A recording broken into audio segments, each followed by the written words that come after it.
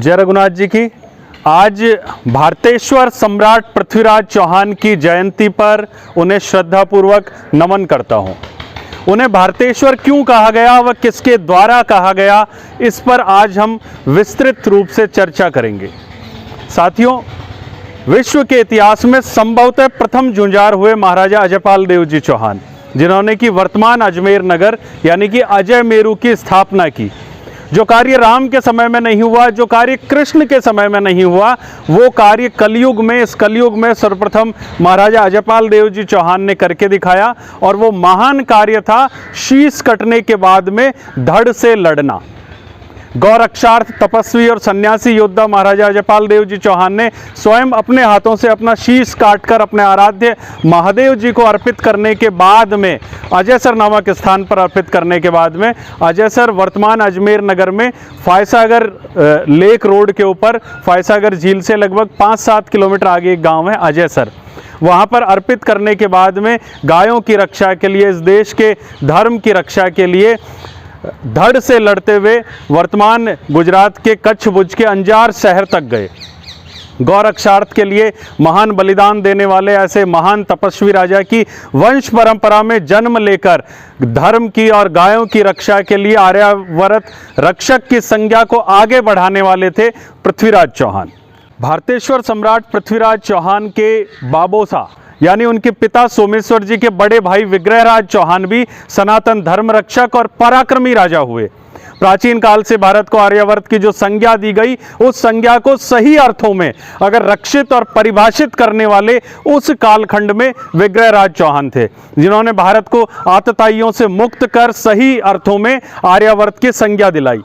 ऐसे तपस्वियों के, ऐसे सूरवीरों के महान वंश में जन्म लेकर उसकी स्थिति में भारत को आर्यावर्त बनाए रखने वाले भारतेश्वर सम्राट पृथ्वीराज चौहान।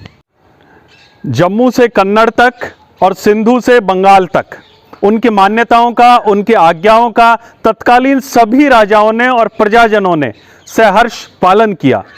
सम्राट पृथ्वीराज चौहान को भारतेश्वर कहने की यदि अगर ग्रंथों की बात आती है तो सम्राट पृथ्वीराज चौहान के बारे में अगर कोई सबसे प्रामाणिक ग्रंथ अगर किसी को माना जाए तो पृथ्वीराज विजय महाकाव्य को माना जाता है, जो 13वीं सदी में कवि जयानक ने संस्कृत भाषा में लिखा। और कवि जयानक उन्हें भारतेश्वर लिखते हुए पृथ्वीराज की यशोगान का, उन्होंने उनकी महिमा का वर्णन किया। इसके पश्चात 13वीं सदी में ही जैन धर्म में एक विद्वान हुए नए चंद्र सूरी, उन्होंने एक हमीर महाकाव्य लिखा और इन सूरी साहब ने सम्राट पृथ्वीराज चौहान के भारतेश्वर होने का विस्तृत विवरण भी दिया। 14वीं सदी में बंगाल में एक महाकवि हुए चंद्रशेखर, इन्होंने सुरजन चरित महाकाव्य लिखा और इन्होंने सुरजन चरित महाकाव्य में पृथ्वीराज चौहान के भारतेश्वर के उज्जवल इतिहास को, गौरवमय यशगान का उन्होंने अपने शब्दों में बखूबी वर्णन किया। भारतेश्वर सम्राट पृथ्वीराज चौहान के दरबार में क्षत्रियों के प्रसिद्ध सूर्यवंश और चंद्रवंश की सभी शाखाओं के राजा क्षात्र धर्म और सनातन धर्म की रक्षा में कंधे से कंधा मिलाकर सहयोग करते थे। उस समय एक भी क्षत्रिय वंश ऐसा नहीं था जो पृथ्वीराज चौहान के दरबार को विभूषित ना करता हो। अर्थात सभी कुलों के राजागणों ने पृथ्वीराज चौहान का सहयोग कर भारतीय संस्कृति व सनातन धर्म के सम्मान का, सनातन धर्म के पोषण के अभियानों में निष्काम भाव से भाग लेकर अपने प्राणों की आहुति देकर भारतवर्ष का समय समय पर गौरव बढ़ाया। भारतेश्वर सम्राट पृथ्वीराज चौहान के प्रधानमंत्री जहां चंद्रवंश की दाहिमा शाखा के सिंधु पंजाब क्षेत्र के राजा कैमास हुआ करते थे, तो सेनापति की जहां बात आती है तो पृथ्वीराज जी के कोई स्थायी सेनापति नहीं था। किसी भी युद्ध अभियान में जाने से पहले उनके यहाँ दरबार का आयोजन किया जाता था, जिसमें राजपूती परंपरा के अनुसार बीड़ा उठाने की रस्म अदा की जाती थी। इस रस्म में पान के पत्ते में सुपारी, कत्था, चूना सहित अन्य सामग्री डालकर एक बीड़ा बनाकर राजसभा के बीचों बीच रख दिया जाता था और फिर दरबारी कवियों के द्वारा, भाटों के द्वारा उत्साहवर्धन करने हेतु विरुदावलियां गाई जाती थी। फिर राजपुरोहित जी द्वारा ये स्पष्ट किया जाता था कि अमुक युद्ध अभियान है और उसके लिए सेनापतित्व ग्रहण करने के लिए समस्त राजाओं को, समस्त सामंतों को आमंत्रित किया जाता था, उनका आह्वान किया जाता था। जो इस बीड़े को ग्रहण करता था उसे इस अभियान का सेनापति बनाया जाता था। इस तरह से पृथ्वीराज जी के अलग अलग अभियानों में अलग अलग सेनापति रहे। इसमें एक बात यह भी है कि क्षेत्रों के हिसाब से भी सेनापतित्व होता था। जैसे हिमाचल क्षेत्र की तरफ यदि अगर अभियान किया जा रहा है तो उस दरबार में हिमाचल क्षेत्र के आसपास का यदि अगर कोई राजा है तो प्रथम प्राथमिकता उन्हें दी जाती थी। कन्नड़ क्षेत्र में यदि अगर अभियान करना है तो दरबार में कन्नड़ के आसपास के क्षेत्र के यदि अगर कोई राजा उपस्थित है तो पहली प्राथमिकता उन्हें दी जाती थी। ग्रंथों के पश्चात अब बात आती है कि किन किन कुलों के राजाओं ने और किन किन राज्यों ने सम्राट पृथ्वीराज को भारतेश्वर मानते हुए उनके राज्यसभा की शोभा बढ़ाई। तो सर्वप्रथम सिंधु पंजाब के राजा चंद्रवंश की दाहिमा शाखा के राजा कैमास पृथ्वीराज के जीते जी उनके प्रधानमंत्री रहे। ये चंद्रवंश की दाहिमा शाखा से आते थे। इनके पश्चात वर्तमान हिमाचल प्रदेश के चंद्रवंश की पुंडीर शाखा के राजा चंद्र और राजा धीर, पृथ्वीराज के काका कानदेव जी, वर्तमान उत्तराखंड की चंद्रवंश की दाहिमा शाखा के चामुंड राय, वर्तमान दिल्ली के चंद्रवंश की तोमर शाखा के पांडवों के वंशज राजा चामुंड राय, राजा खांडे राय, राजा पहाड़ राय, सूर्यवंश की प्रसिद्ध शाखा प्रतिहार वंश जो कि आज राजस्थान के जोधपुर क्षेत्र जिसे कह सकते हैं, मंडोर के राजा लंगरी राय और राजा पहाड़ राय, वर्तमान राजस्थान के अलवर क्षेत्र जो कि उस समय राजौरगढ़ के नाम से जाना जाता था कि सूर्यवंश की बड़गुजर शाखा के राजा राम राय और राजा कनक राय,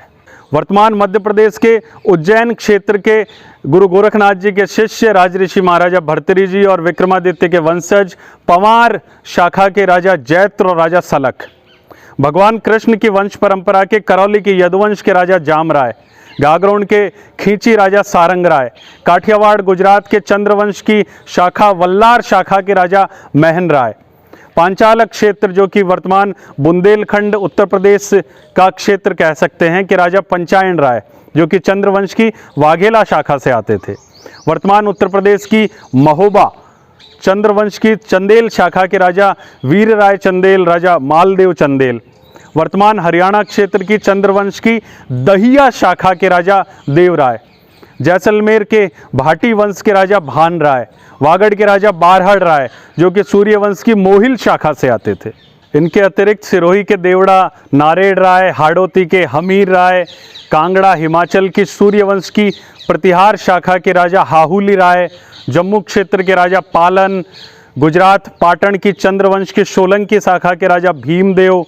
देवास मध्य प्रदेश की चंद्रवंश की यदुवंश शाखा के राजा वीरचंद सहित मालवा क्षेत्र के राजा भीम परमार, इनके अलावा सुप्रसिद्ध कछवाहा वंश, गोहिलोत वंश के राजाओं सहित बंगाल, कर्नाटक, दक्षिण के कुल 100 से भी अधिक राजाओं ने पृथ्वीराज को भारतेश्वर मानते हुए उनकी शोभा बढ़ाई। भारतेश्वर सम्राट पृथ्वीराज चौहान किसी जाति के, धर्म के या संप्रदाय के पोषक नहीं थे, बल्कि संपूर्ण आर्यावर्त के पोषक, रक्षक, संरक्षक और संवर्धक की यदि अगर उन्हें संज्ञा दी जाए तो ये कोई अतिशयोक्ति नहीं होगी।